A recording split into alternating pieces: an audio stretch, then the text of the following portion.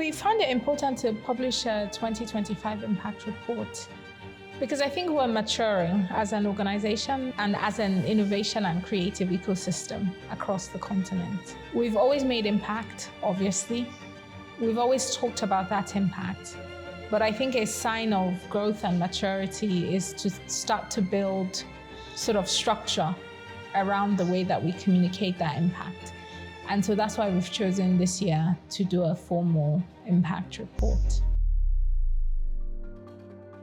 The framing of the report around stories of change and building African prosperity was because at the top of our minds every day in CcHUB is about our purpose. Why do we exist? The reason that we exist is to advance African prosperity. And it's easy to tell that story from the perspective of numbers. But we think at the end of the day, prosperity is about people. And it's about the impact on individuals, communities, and their lives. And so while we do have numbers, exciting numbers, what we're more excited by is the stories behind those numbers. In 2025, we did grow in terms of depth of the work that we're doing in education and creative industries, in mainstreaming of AI as a technology, in building foundational knowledge about AI. We've always been an organization where change happens, where we stimulate change. And I think 2025, we continued to do that, building on the work that we've done in the last 14 years. So that also made me extremely proud of 2025 and the work we did.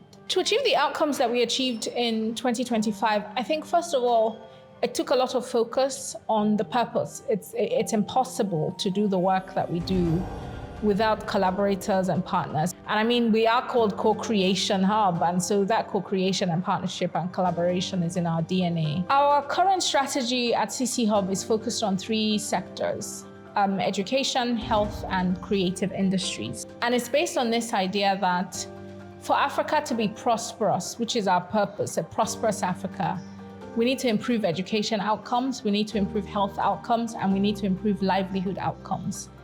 And so by focusing on those 3 sectors primarily, we're advancing those areas of change. So startup support, obviously, that's the focus. That's one of our biggest levers that we use to achieve change by supporting startups working in edtech, in health tech, and in the creative industries. Mainstreaming of AI and green and sustainable tech is another lever that we use. Investment is a lever that we use.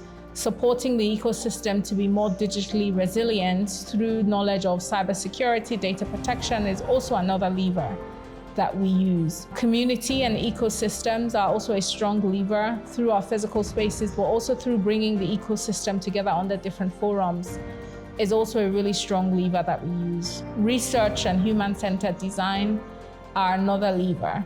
So we do have focus sectors, but we have levers that we use to unlock the change that we make in those sectors, because we think that at this time, those sectors will give us the prosperous Africa that we're looking for. So we'll look forward to hearing from people.